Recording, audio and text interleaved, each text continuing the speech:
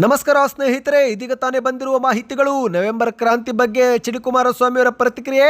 ಸಿದ್ದರಾಮಯ್ಯನವರನ್ನ ಕೆಳಗಿಳಿಸುವುದು ಅಷ್ಟು ಸುಲಭವಲ್ಲ, ಅವರ ಸಾಮರ್ಥ್ಯದ ಬಗ್ಗೆ ನಮಗಷ್ಟೇ ಗೊತ್ತು ಎಂದು ಮಾಧ್ಯಮಗಳ ಮುಂದೆ ಹೇಳಿದ್ದಾರೆ. ಕರ್ನಾಟಕ ಬಂದ್ ಮಾಡುವ ಎಚ್ಚರಿಕೆ ಕೊಟ್ಟ ರೈತ ಸಂಘದವರು ಸರ್ಕಾರಕ್ಕೆ ರೈತ ಮುಖಂಡರಿಂದ ಖಡಕ್ ವಾರ್ನಿಂಗ್. ಏನಿದು ಮಾಹಿತಿ ನೋಡೋಣ ಸ್ನೇಹಿತರೆ. ಮುಖ್ಯಮಂತ್ರಿ ಸಿದ್ದರಾಮಯ್ಯರ ಸಭೆ, ರೈತರ ಹೋರಾಟಕ್ಕೆ ಮಣಿದ ಸರ್ಕಾರ, ರೈತರ ಬ್ಯಾಂಕ್ ಖಾತೆಗಳಿಗೆ ಇಷ್ಟು ಹಣ ಜಮೆ ಮಾಡಲು ಕಾಂಗ್ರೆಸ್ ಸರ್ಕಾರದ ನಿರ್ಧಾರ. ಎಲ್ಲ ಸುದ್ದಿಗಳನ್ನು ನೋಡೋಣ ಸ್ನೇಹಿತರೆ. ಸಕ್ಕರೆ ಕಾರ್ಖಾನೆಗಳ ಸಮಸ್ಯೆ ಕೇಳಿ ಸಭೆಯಲ್ಲಿ ಸಿದ್ದರಾಮಯ್ಯನವರು ಸುಸ್ತಾಗಿ ಹೋಗಿದ್ದಾರೆ. ಸಭೆಯಲ್ಲಿ ಏನೆಲ್ಲ ಚರ್ಚೆ ಮಾಡಲಾಯಿತು ಎಲ್ಲ ಸುದ್ದಿ ನೋಡೋಣ. ಇನ್ನು ಗೃಹಲಕ್ಷ್ಮಿಯರಿಗೆ ಮತ್ತೊಂದು ಗುಡ್ ನ್ಯೂಸ್ ಕೊಟ್ಟ ಸರ್ಕಾರ. ಗೃಹಲಕ್ಷ್ಮಿ ಬ್ಯಾಂಕು ಕೂಡ ಉದ್ಘಾಟನೆ, ಫಲಾನುಭವಿಗಳಿಗೆ ಸಾಲ ಸೌಲಭ್ಯ. ಇದೇ ಮಧ್ಯೆ ಬಾಕಿ ಕಂತು ಜಮಾ ಬಗ್ಗೆ ಮತ್ತೆ ಗುಡ್ ನ್ಯೂಸ್ ಕೊಟ್ಟ ಲಕ್ಷ್ಮೀ ಹೆಬ್ಬಾಳ್ಕರ್ ಅವರು. ಮುಖ್ಯಮಂತ್ರಿ ಸಿದ್ದರಾಮಯ್ಯನವರು ಕೂಡ ಗೃಹಲಕ್ಷ್ಮಿ ಯೋಜನೆ ಬಗ್ಗೆ ಮಾತನಾಡಿದ್ದಾರೆ. ಎಲ್ಲ ಸುದ್ದಿಗಳನ್ನು ಡೀಟೇಲ್ ಆಗಿ ನೋಡೋಣ. ಅದಕ್ಕಿಂತ ಮೊದಲು ನೀವು ನಮ್ಮ ಚಾನಲ್ಗೆ ಮೊದಲು ಬಾರಿ ಭೇಟಿ ಕೊಡುತ್ತಿದ್ರೆ ದಯವಿಟ್ಟು ಸಬ್ಸ್ಕ್ರೈಬ್ ಆಗಿ, ಪಕ್ಕದಲ್ಲಿ ಕಾಣಿಸೋ ಗಂಟೆ ಕೂಡ ಒತ್ತಿ. ಇದರಿಂದ ರಾಜ್ಯದ ಮುಖ್ಯವಾದ ಮಾಹಿತಿಗಳು ನಿಮಗೆ ಸಿಗುತ್ತವೆ. ವಿಡಿಯೋಗೆ ಲೈಕ್ ಮಾಡ್ತಾ ವಿಡಿಯೋನ ಪೂರ್ತಿಯಾಗಿ ನೋಡಿ. ಬನ್ನಿ ಸ್ನೇಹಿತರೆ, ಎಲ್ಲ ಸುದ್ದಿಗಳನ್ನು ಡೀಟೇಲ್ ಆಗಿ ನೋಡೋಣ.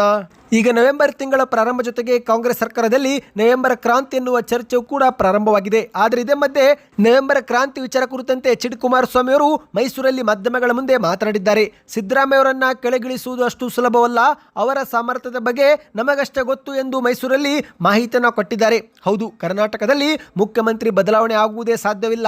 ಏಕೆಂದರೆ ಸಿದ್ದರಾಮಯ್ಯ ಅವರನ್ನ ಬದಲಿಸುವುದು ಇಡೀ ಕಾಂಗ್ರೆಸ್ ಪಕ್ಷಕ್ಕೇನೆ ಸುಲಭವಲ್ಲ ಎಂದು ಹೇಳಿಕೆಯನ್ನು ಕೊಟ್ಟಿದ್ದಾರೆ. ಈ ಒಂದು ಹಿಂದೆ ಸಿದ್ದರಾಮಯ್ಯನವರು ಜೆಡಿಎಸ್ ಒಳಗೆ ಇದ್ದ ಕಾರಣ ನಾನು ಮತ್ತು ನಮ್ಮ ಪಕ್ಷದ ನಾಯಕರು ಅವರ ಸಾಮರ್ಥ್ಯ ಏನು ಎಂದು ತಿಳಿದಿದ್ದೇವೆ. ಆದರೆ ಇತರರಿಗೆ ಈ ಬಗ್ಗೆ ಗೊತ್ತಿಲ್ಲ ಎಂದು ಎಚ್ ಡಿ ಕುಮಾರಸ್ವಾಮಿ ಅವರು ಹೇಳಿದ್ದಾರೆ. ಇದೀಗ ಮಾಧ್ಯಮದಲ್ಲಿ ನವೆಂಬರ್ 20ರ ನಂತರ ನವೆಂಬರ್ ಕ್ರಾಂತಿ ಆಗುತ್ತೆ, ರಾಜ್ಯದಲ್ಲಿ ಮುಖ್ಯಮಂತ್ರಿ ಬದಲಾವಣೆ ಆಗುತ್ತೆ ಎಂದೆಲ್ಲ ಮಾತನಾಡುತ್ತಿದ್ದಾರೆ. ಆದರೆ ನನಗೆ ಕ್ರಾಂತಿಯಲ್ಲಿ ಯಾವುದೇ ನಂಬಿಕೆ ಇಲ್ಲ. ಕ್ರಾಂತಿಯ ಬಗ್ಗೆ ಚರ್ಚೆಗಳು ನಡೆಯುತ್ತಿವೆ, ಆದರೆ ನನ್ನ ಅಭಿಪ್ರಾಯದಲ್ಲಿ ಯಾವುದೇ ಕ್ರಾಂತಿ ಇರುವುದಿಲ್ಲ ಎಂದು ಕುಮಾರಸ್ವಾಮಿ ಅವರು ಪ್ರಶ್ನೆಯೊಂದಕ್ಕೆ ಉತ್ತರ ಕೊಟ್ಟಿದ್ದಾರೆ. ಇದೇ ಮಧ್ಯೆ ಮತ್ತೆ ಮುಂದುವರೆದು ಮಾತನಾಡಿ, ಕರ್ನಾಟಕದಲ್ಲಿ ಏನೂ ಕೂಡ ಆಗೋದಿಲ್ಲ. ಸಿದ್ದರಾಮಯ್ಯನವರು ಈ ಒಂದು ಹಿಂದೆ ನಮ್ಮೊಂದಿಗಿದ್ರು, ಇತರರಿಗೆ ಅವರು ಏನೆಂದು ಗೊತ್ತಿಲ್ಲ. ಆದರೆ ನಮಗೆ ಮಾತ್ರ ಅವರ ಸಾಮರ್ಥ್ಯವೇನು, ಅವರು ಏನು ಮಾಡಲು ಸಮರ್ಥರಿದ್ದಾರೆ ಎಂಬುದು ಚೆನ್ನಾಗಿಯೇ ಗೊತ್ತಿದೆ. ಅವರನ್ನು ತೆಗೆದುಹಾಕುವುದು ಕಾಂಗ್ರೆಸ್ನ ಹೈಕಮಾಂಡ್ ನಾಯಕರಿಗೂ ಕೂಡ ಸುಲಭವಲ್ಲ ಎಂದು ಹೇಳಿಕೆಯನ್ನು ಕೊಟ್ಟಿದ್ದಾರೆ.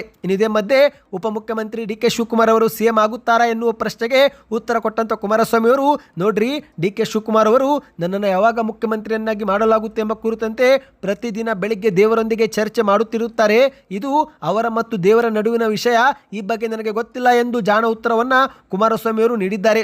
ಇದೇ ನಡುವೆ 2028ರಲ್ಲಿ ಮಾತ್ರ ರಾಜ್ಯದಲ್ಲಿ ಕ್ರಾಂತಿ ಆಗುತ್ತೆ ಎನ್ನುವ ಡಿ ಕೆ ಶಿವಕುಮಾರ್ ಹೇಳಿಕೆಗೆ ಪ್ರಶ್ನೆಗೆ ಉತ್ತರ ಕೊಟ್ಟಂತ ಕುಮಾರಸ್ವಾಮಿ ಅವರು, ಈ ಒಂದು ಹಿಂದೆ ಕರ್ನಾಟಕದಲ್ಲಿ ಹಲವರು ನಾವು ಕೂಡ ಮುಖ್ಯಮಂತ್ರಿ ಆಗುತ್ತೇವೆ, ಮುಂದಿನ 10 ವರ್ಷ 20 ವರ್ಷ ನಮ್ಮದೇ ರಾಜ್ಯದಲ್ಲಿ ಅಧಿಕಾರ ಇರುತ್ತೆ ಎಂದೆಲ್ಲ ಹೇಳಿದ್ದಾರೆ. ಅವರ ಗತಿ ಏನಾಯಿತು ಎಂಬುದನ್ನು ನೀವೇ ನೋಡಿದ್ದೀರಿ. ಈಗ 2028ರಲ್ಲಿ ಏನಾಗುತ್ತೆ ಎಂಬುದನ್ನು ನಾವು ಕೂಡ ನೋಡೋಣ ಎಂದು ಉತ್ತರವನ್ನ ಕೊಟ್ಟಿದ್ದಾರೆ. ಇನ್ನು ಕೊನೆಯದಾಗಿ, ಕರ್ನಾಟಕದಲ್ಲಿ ರಾಜಕೀಯ ಕ್ರಾಂತಿ ಆದರೆ ಜೆಡಿಎಸ್ನ ಪಾತ್ರ ಏನಿರುತ್ತೆ ಎನ್ನುವ ಪ್ರಶ್ನೆಗೆ ಉತ್ತರ ಕೊಟ್ಟಂತ ಕುಮಾರಸ್ವಾಮಿ ಅವರು, ಕಾಂಗ್ರೆಸ್ ಅವರು ಏನು ಮಾಡ್ತಾರೋ ಅದರ ಬಗ್ಗೆ ನಮಗೆ ಗೊತ್ತಿಲ್ಲ, ಆದರೆ ನಾವು ಮಾತ್ರ ನಮ್ಮ ಪಕ್ಷವನ್ನು ಸಂಘಟಿಸಲು ಮತ್ತು ಕರ್ನಾಟಕದ ಜನರಿಗೆ ಸಂಬಂಧಿಸಿದ ಸಮಸ್ಯೆಗಾಗಿ ಹೋರಾಡಲು ಬಯಸುತ್ತೇವೆ ಎಂದು ಉತ್ತರಿಸಿದ್ದಾರೆ. ಸ್ನೇಹಿತರೆ, ಬನ್ನಿ ಇದೀಗ ಎರಡನೇ ಮುಖ್ಯವಾದ ಮಾಹಿತಿಗೆ ಹೋಗೋಣ. ಮತ್ತೆ ರಾಜ್ಯದಲ್ಲಿ ಕರ್ನಾಟಕ ಬಂದ್ ಸದ್ದು ಕೇಳಿ ಬಂದಿದೆ. ಹೌದು, ಈಗಾಗಲೇ ರೈತರ ಹೋರಾಟ ಭುಗಿಲೆದಿದ್ದು ಕರ್ನಾಟಕ ಬಂದ್ ಮಾಡುವ ಎಚ್ಚರಿಕೆ ಕೊಟ್ಟಿದ್ದಾರೆ. ಹೌದು, ರಾಜ್ಯ ರೈತ ಸಂಘವು ರೈತರ ಹಿತಕ್ಕಾಗಿ ಪ್ರತಿ ಟನ್ ಕಬ್ಬಿಗೆ 3,500 ರೂಪಾಯಿ ಘೋಷಣೆ ಮಾಡುವಂತೆ ಈಗಾಗಲೇ ಸರ್ಕಾರದ ಮೇಲೆ ಒತ್ತಡ ಮಾಡುತ್ತಿದ್ದು, ಇದೇ ವೇಳೆ ರಾಜ್ಯ ರೈತ ಸಂಘದ ಅಧ್ಯಕ್ಷಕ ಚೂನಪ್ಪ ಪೂಜಾರಿ ಎನ್ನುವರು ಮಧ್ಯಾಹ್ನ 2 ಗಂಟೆಗಿಂತ ಮುನ್ನ ಒಳ್ಳೆಯ ನಿರ್ಧಾರ ಸರ್ಕಾರ ಕೈ ತೆಗೆದುಕೊಳ್ಳದಿದ್ದರೆ ನಾವು ಇಡೀ ಕರ್ನಾಟಕ ಬಂದ್ ಮಾಡಬಹುದು ಎಂದು ಎಚ್ಚರಿಕೆಯನ್ನು ನೀಡಿದ್ದಾರೆ. ಹೌದು, ಈಗಾಗಲೇ ಬೆಳಗಾವಿ, ಬಿಜಾಪುರ, ಬಾಗಲಕೋಟೆಯಲ್ಲಿ ರೈತರ ಹೋರಾಟ ತೀವ್ರ ಸ್ವರೂಪ ಪಡೆದುಕೊಂಡಿದ್ದು, ಇದೇ ಮಧ್ಯೆ ಬೆಳಗಾವಿ ಜಿಲ್ಲೆಯ ಹುಕ್ಕೇರಿ ತಾಲೂಕಿನಲ್ಲಿ ರೈತರು ಪ್ರತಿಭಟನೆ ಮಾಡುತ್ತಿರುವ ವೇಳೆನೇ ಕೆಲ ಹೋರಾಟಗಾರರು ಕಲ್ಲು ತೂರಾಟ ಮಾಡಿದ್ದ ಪರಿಣಾಮ ಸ್ಥಳೀಯ ಪೊಲೀಸರು ಕ್ರಮಕ್ಕೆ ಮುಂದಾಗಿ ಲಾಠಿ ಚಾರ್ಜ್ ಕೂಡ ಮಾಡಿದ್ದಾರೆ ಎಂದು ಹೇಳಲಾಗುತ್ತಿದೆ. ಅಂದಹಾಗೆ ಸ್ನೇಹಿತರೆ, ರೈತರ ಹೋರಾಟಕ್ಕೆ ಇದೀಗ ಬಿಜೆಪಿಯವರು ಕೂಡ ಸಾಥ್ ಕೊಟ್ಟಿದ್ದಾರೆ. ಬಿವಾ ವಿಜೇಂದ್ರ ಸೇರಿದಂತೆ ಮಾಜಿ ಮುಖ್ಯಮಂತ್ರಿ ಬೊಮ್ಮಾಯಿ ಅವರು ಸ್ಥಳಕ್ಕೆ ಭೇಟಿಯೂ ಕೂಡ ಕೊಟ್ಟಿದ್ದಾರೆ. ರೈತರೊಂದಿಗೆ ಸರ್ಕಾರದ ವಿರುದ್ಧ ಆಕ್ರೋಶವೂ ಕೂಡ ವ್ಯಕ್ತಪಡಿಸಿದ್ದಾರೆ. ಅಂದಹಾಗೆ ಮುಖ್ಯಮಂತ್ರಿ ಸಿದ್ದರಾಮಯ್ಯವರು ಕೂಡ ಸಭೆ ಮಾಡಿದ್ದು, ಸಭೆಯಲ್ಲಿ ರೈತರಿಗೆ ಗುಡ್ ನ್ಯೂಸ್ ಕೂಡ ಕೊಟ್ಟಿದ್ದಾರೆ. ಹೌದು, ಪ್ರತಿ ಟನ್ ಕಬ್ಬಿಗೆ 3,500 ದರ ನಿಗದಿ ಮಾಡುವಂತೆ ರಾಜ್ಯಾದ್ಯಂತ ರೈತರು ಹೋರಾಟ ತೀವ್ರಗೊಂಡ ಬೆನ್ನಲ್ಲೇ ಇತ್ತ ರೈತರ ಬೇಡಿಕೆಗೆ ಮಣಿದ ಸರ್ಕಾರ ಇದೀಗ ಮಹತ್ವದ ನಿರ್ಧಾರ ಕೈಗೆತ್ತಿಕೊಂಡಿದೆ. ಹೌದು, ದರ ನಿಗದಿ ಕುರಿತಂತೆ ಇಂದು ನಡೆದಂತ ಸಭೆಯಲ್ಲಿ ಸಿಎಂ ಸಿದ್ದರಾಮಯ್ಯನವರು ರಾಜ್ಯದ ಸಕ್ಕರೆ ಮಾಲೀಕರು ಮತ್ತು ರೈತ ಮುಖಂಡರೊಂದಿಗೆ ಸಭೆ ಮಾಡಿ ಸಭೆ ನಂತರ 3,300 ಕೊಡುವ ಬಗ್ಗೆ ನಿರ್ಧಾರ ಮಾಡಿದ್ದಾರೆ. ಹೌದು, ಎರಡನೇ ಸುತ್ತಿನ ಸಭೆ ಬಳಿಕ ಈ ಒಂದು ನಿರ್ಧಾರಕ್ಕೆ ಸರ್ಕಾರ ಬಂದಿದೆ. ಅಂದಹಾಗೆ ಸ್ನೇಹಿತರೆ, ಪ್ರತಿ ಟನ್ ಕಬ್ಬಿಗೆ 3,300 ನೀಡಲು ರಾಜ್ಯ ಸರ್ಕಾರ ನಿರ್ಧರಿಸಿದೆ ಎಂದು ಸಿಎಂ ಅವರು ಹೇಳಿದ್ದಾರೆ. ರಾಜ್ಯದ ಸರ್ಕಾರದಿಂದ 50% ಮತ್ತು ಕಾರ್ಖಾನೆ ಮಾಲೀಕರಿಂದ 50% ಸೇರಿ ಒಟ್ಟು ಪ್ರತಿ ಟನ್ ಕಬ್ಬಿಗೆ 3,300 ಕೊಡಲು ತೀರ್ಮಾನಿಸಲಾಗಿದೆ ಎಂದು ಹೇಳಿದ್ದಾರೆ. ಹೌದು, ಕಬ್ಬು ಬೆಳೆಗಾರರ ಸಮಸ್ಯೆ ಬಗೆಹರಿಸಲು ನಮ್ಮ ಸರ್ಕಾರ ಬದ್ಧವಾಗಿದೆ ಎಂದು ಸಿಎಂ ಅವರು ಹೇಳಿದ್ದು, ಈಗಾಗಲೇ ನಾವು ಕಬ್ಬು ಬೆಳೆಗಾರರ ಸಮಸ್ಯೆ ಬಗೆಹರಿಸಲು ಪ್ರಧಾನಿ ಮೋದಿಯವರಿಗೂ ಕೂಡ ಪತ್ರ ಬರೆಯುತ್ತಿದ್ದೇವೆ. ನೀವು ನಮಗೆ ಸಮಯ ನೀಡಿದರೆ ನಾಳೆನೇ ಕೇಂದ್ರಕ್ಕೆ ನಿಯೋಗ ಕರೆದುಕೊಂಡು ಹೋಗಲು ಕೂಡ ನಾವು ಸಿದ್ಧರಿದ್ದೇವೆ ಎಂದು ಸಿಎಂ ಅವರು ಹೇಳಿದ್ದಾರೆ. ಈ ವಿಷಯದಲ್ಲಿ ಯಾವುದೇ ರಾಜಕೀಯವಿಲ್ಲ, ರೈತರ ಹಿತದೃಷ್ಟಿಯಿಂದ ತೆಗೆದುಕೊಳ್ಳುವ ತೀರ್ಮಾನಗಳನ್ನು ಎಲ್ಲರೂ ಒಪ್ಪಿಕೊಳ್ಳಬೇಕು ಎಂದು ಮಾಹಿತಿಯನ್ನು ಕೊಟ್ಟಿದ್ದಾರೆ. MSP ದರ ನಿಗದಿ ಮಾಡುವುದು ಕೇಂದ್ರ ಸರ್ಕಾರ ಹೊರತು ರಾಜ್ಯ ಸರ್ಕಾರವಲ್ಲ. ಕಬ್ಬಿಗೆ FRP ದರ ನಿಗದಿ ಮಾಡುವವರು ಕೂಡ ಕೇಂದ್ರ ಸರ್ಕಾರದವರೇ, ಎಥನಾಲ್ ಹಂಚಿಕೆ ನಿಗದಿ ಮಾಡುವವರು ಕೂಡ ಕೇಂದ್ರ ಸರ್ಕಾರದವರೇ ಮತ್ತು ಸಕ್ಕರೆ ರಫ್ತು ಮಿತಿ ನಿಗದಿಪಡಿಸುವವರು ಕೂಡ ಕೇಂದ್ರ ಸರ್ಕಾರ ಎಂದು ಮಾಹಿತಿಯನ್ನು ಕೊಟ್ಟಿದ್ದಾರೆ. ಇದೇ ಮಧ್ಯೆ ಸಭೆಯಲ್ಲಿ ರೈತ ಮುಖಂಡರು ಒಬ್ಬರು ಎದ್ದು ಮುಖ್ಯಮಂತ್ರಿಯವರಿಗೆ ಮನವಿಯನ್ನ ಮಾಡಿದ್ದಾರೆ. ಹೌದು, ಕೇಂದ್ರ ಸರ್ಕಾರ ಕಬ್ಬಿಗೆ ನಿಗದಿಪಡಿಸಿರುವ FRP ವೈಜ್ಞಾನಿಕವಾಗಿಲ್ಲ. ಸಕ್ಕರೆ ಕಾರ್ಖಾನೆಗಳು ಇಳುವರಿ ರಿಕವರಿ ಕಡಿಮೆ ಮಾಡಿ ತೋರಿಸುತ್ತಿದ್ದಾರೆ. ಇದನ್ನು ತಪ್ಪಿಸಲು ಸರ್ಕಾರ ಕೂಡಲೇ ಪ್ರತಿ ಕಾರ್ಖಾನೆ ಮುಂದೆನೇ ಪ್ರಯೋಗಾಲಯ ತೆರೆಯಬೇಕು ಎಂದು ಮನವಿಯನ್ನ ಇಟ್ಟಿದ್ದಾರೆ. ಕೆಲವು ಕಾರ್ಖಾನೆಗಳು ಹಳೆಯ ಬಾಕಿ ಕೂಡ ಉಳಿಸಿಕೊಂಡಿದ್ದು, ಹಾಗಾಗಿ ಪಾವತಿಗೂ ಕೂಡ ಸರ್ಕಾರ ಕ್ರಮ ತೆಗೆದುಕೊಳ್ಳಬೇಕು ಎಂದು ರೈತ ಮುಖಂಡರು ಮನವಿ ಮಾಡಿದ್ದಾರೆ. ತೂಕದಲ್ಲಿ ಮೋಸವಾಗುತ್ತಿದೆ, ರಿಕವರಿ ಕಡಿಮೆ ತೋರಿಸಲಾಗುತ್ತಿದೆ, ಸಕಾಲದಲ್ಲಿ ನಮ್ಮ ಒಂದು ಹಣವನ್ನು ಪಾವತಿ ಮಾಡುತ್ತಿಲ್ಲ ಎಂದು ರೈತ ಮುಖಂಡರು ಅಸಮಾಧಾನ ವ್ಯಕ್ತಪಡಿಸಿದ್ದಾರೆ. ಅಂದಹಾಗೆ ಸ್ನೇಹಿತರೆ, ಈ ಒಂದು ಸಭೆಯಲ್ಲಿ ಸಕ್ಕರೆ ಕಾರ್ಖಾನೆಯ ಮಾಲೀಕರು ಕೂಡ ಇದ್ದಿದ್ದರಿಂದ ಮುಖ್ಯಮಂತ್ರಿಯವರು ಒಂದು ಸಂದಿಗ್ಧ ಪರಿಸ್ಥಿತಿಯಲ್ಲಿ ಸಿಕ್ಕಾಕಿಕೊಂಡಿದ್ರು. ಹೌದು, ಸಕ್ಕರೆ ಕಾರ್ಖಾನೆಗಳ ಸಮಸ್ಯೆ ಕೇಳಿ ಸಿಎಂ ಸಿದ್ದರಾಮಯ್ಯನವರೇ ಸುಸ್ತಾಗಿ ಹೋಗಿದ್ದಾರೆ. ಇಂದು ವಿಧಾನಸೌಧದಲ್ಲಿ ನಡೆದಂತ ಕಬ್ಬು ಬೆಳೆಗಾರರ ಸಮಸ್ಯೆ ಪರಿಹಾರಕ್ಕಾಗಿ ಕರೆಯಲಾಗಿದ್ದಂಥ ಸಭೆಯಲ್ಲಿ ಸಕ್ಕರೆ ಕಾರ್ಖಾನೆಗಳ ಮಾಲೀಕರು ತಾವು ಎದುರಿಸುತ್ತಿರುವ 10 ಹಲವು ಸಮಸ್ಯೆ ಹೇಳಿಕೊಂಡಿದ್ದು, ಇದರಿಂದ ಸಿಎಂ ಸಿದ್ದರಾಮಯ್ಯನವರು ಒಂದು ಸಂದಿಗ್ಧ ಪರಿಸ್ಥಿತಿಯಲ್ಲಿ ಸಿಲುಕಿ ಹಾಕಿಕೊಂಡಿದ್ರು. ಅಂದ್ರೆ ಒಂದು ಕಡೆಯಲ್ಲಿ ರೈತರ ಸಮಸ್ಯೆಯನ್ನ ಪರಿಹರಿಸಬೇಕು ಅಥವಾ ಸಕ್ಕರೆ ಕಾರ್ಖಾನೆಗಳ ಮಾಲೀಕರ ತೊಂದರೆ ನಿವಾರಿಸಬೇಕು ಎಂಬ ಒಂದು ಸಂಕಷ್ಟದಲ್ಲಿ ಸಿದ್ದರಾಮಯ್ಯನವರು ಇಂದು ಸಿಲುಕಿ ಹಾಕಿಕೊಂಡಿದ್ದಾರೆ. ಹೌದು ಗೆಳೆಯರೆ, ಸಕ್ಕರೆ ಕಾರ್ಖಾನೆ ಮಾಲೀಕರೊಬ್ಬರು ಎದ್ದು ನಿಂತು ತಮ್ಮ ಒಂದು ನೋವನ್ನ ತೋಡಿಕೊಂಡಿದ್ದಾರೆ. ಕಳೆದ 5 ವರ್ಷದಿಂದ MSP ಹೆಚ್ಚಳ ಮಾಡಿಲ್ಲ, 4 ವರ್ಷದಿಂದ ಎಥನಾಲ್ ದರವನ್ನು ಕೂಡ ಕೇಂದ್ರ ಸರ್ಕಾರ ಹೆಚ್ಚಿಸಿಲ್ಲ. ಇದರಿಂದ ನಮಗೆ ತುಂಬಾನೇ ಸಮಸ್ಯೆಯಾಗಿದೆ, ಸಕ್ಕರೆ ಕಾರ್ಖಾನೆ ನಡೆಸುವುದಾಗುತ್ತಿಲ್ಲ. ಇಂದು ನಾವುಗಳು ಕಬ್ಬು ಬೆಳೆಗಾರರ ಕಣ್ಣೀರು ಒರೆಸಲು ಸಾಲ ಮಾಡಿ ಬ್ಯಾಂಕ್ಗೆ ಬೆನ್ನು ಬಿದ್ದು ಕಾರ್ಖಾನೆ ಮಾಡಿದ್ದೇವೆ. ಆದರೆ ನಮಗೇನೆ ರೈತರ ಹೆಸರಲ್ಲಿ ಕೆಲವರ ಬಾಯಲ್ಲಿ ಬರುತ್ತಿರುವ ಮಾತುಗಳು ನೋವುಂಟು ಮಾಡುತ್ತಿವೆ. ನಮ್ಮನ್ನ ದರಡೆ ಕೋರರು ಎನ್ನುತ್ತಿದ್ದಾರೆ. ಇದೆಲ್ಲ ನಮಗೆ ಕೇಳಿ ಕೇಳಿ ಸಾಕಾಗಿದೆ. ನಷ್ಟದಲ್ಲಿ ನಾವು ಕಾರ್ಖಾನೆ ಹೇಗೆ ನಡೆಸಬೇಕು?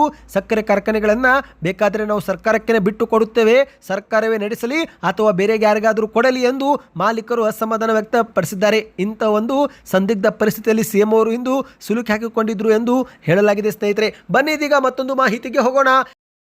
ನೀವು ಕೂಡ ಗೃಹಲಕ್ಷ್ಮಿ ಯೋಜನೆ ಫಲಾನುಭವಿಗಳಾಗಿದ್ದರೆ ಕಮೆಂಟ್ನಲ್ಲಿ ಗುಡ್ ನ್ಯೂಸ್ ಎಂದು ಕಮೆಂಟ್ ಮಾಡಿ. ಹೌದು, ರಾಜ್ಯದ ಮಹಿಳೆಯರಿಗೆ ಶೀಘ್ರವೇ ಗೃಹಲಕ್ಷ್ಮಿ ಬ್ಯಾಂಕ್ ಉದ್ಘಾಟನೆ ಮಾಡುವುದಾಗಿ ಸಚಿವೆ ಲಕ್ಷ್ಮಿ ಹೆಬ್ಬಾಳ್ಕರ್ ಅವರು ಮಾಹಿತಿಯನ್ನು ಕೊಟ್ಟಿದ್ದಾರೆ. ಹೌದು ಗೆಳೆಯರೆ, ಕರ್ನಾಟಕದಲ್ಲಿ ಇಷ್ಟು ದಿನ ಮಹಿಳೆಯರಿಗೆ ಪ್ರತಿ ತಿಂಗಳು 2,000 ರೂಪಾಯಿ ಮಾತ್ರ ಜಮೆ ಆಗುತ್ತಿತ್ತು.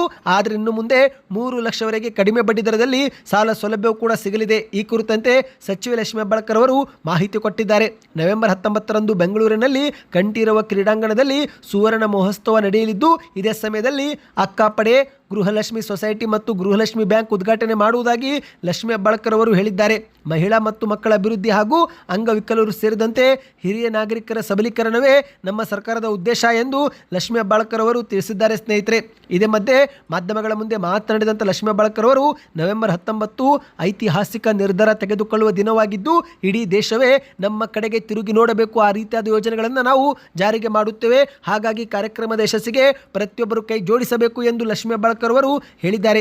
ನೀವು ಕೂಡ ಏನಾದರೂ ಸಾಲದ ನಿರೀಕ್ಷೆಯಲ್ಲಿದ್ದರೆ ಕಮೆಂಟ್ನಲ್ಲಿ ಸಾಲ ಎಂದು ಕಮೆಂಟ್ ಮಾಡಿ. ಅಂದಹಾಗೆ ಸ್ನೇಹಿತರೆ, ಸಿಎಂ ಸಿದ್ದರಾಮಯ್ಯನವರು ಕೂಡ ಈಗ ಗೃಹಲಕ್ಷ್ಮಿ ಯೋಜನೆ ಬಗ್ಗೆ ಒಂದು ಮಾಹಿತಿ ಕೊಟ್ಟಿದ್ದಾರೆ.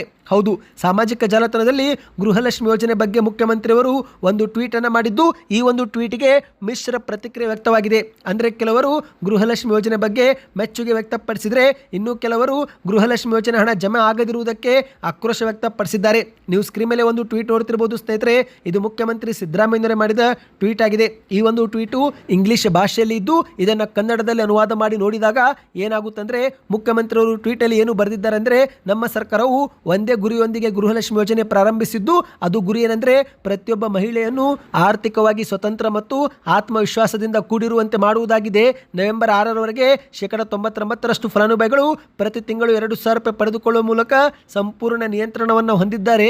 ಇದು ಅವರ ಮನೆಯ ಆದಾಯದ ಸುಮಾರು 13% ಇದೆ ಎಂದು ಮುಖ್ಯಮಂತ್ರಿಯವರು ಟ್ವೀಟಲ್ಲಿ ಬರೆದಿದ್ದಾರೆ. ಇದೇ ಒಂದು ಹಣದಿಂದ ಮಹಿಳೆಯರು ಆಹಾರ, ಆರೋಗ್ಯ ಮತ್ತು ಮಕ್ಕಳ ಶಿಕ್ಷಣದಂತಹ ದೈನಂದಿನ ಅಗತ್ಯ ಪೂರೈಸಲು ಸಹಾಯವಾಗುತ್ತಿದೆ.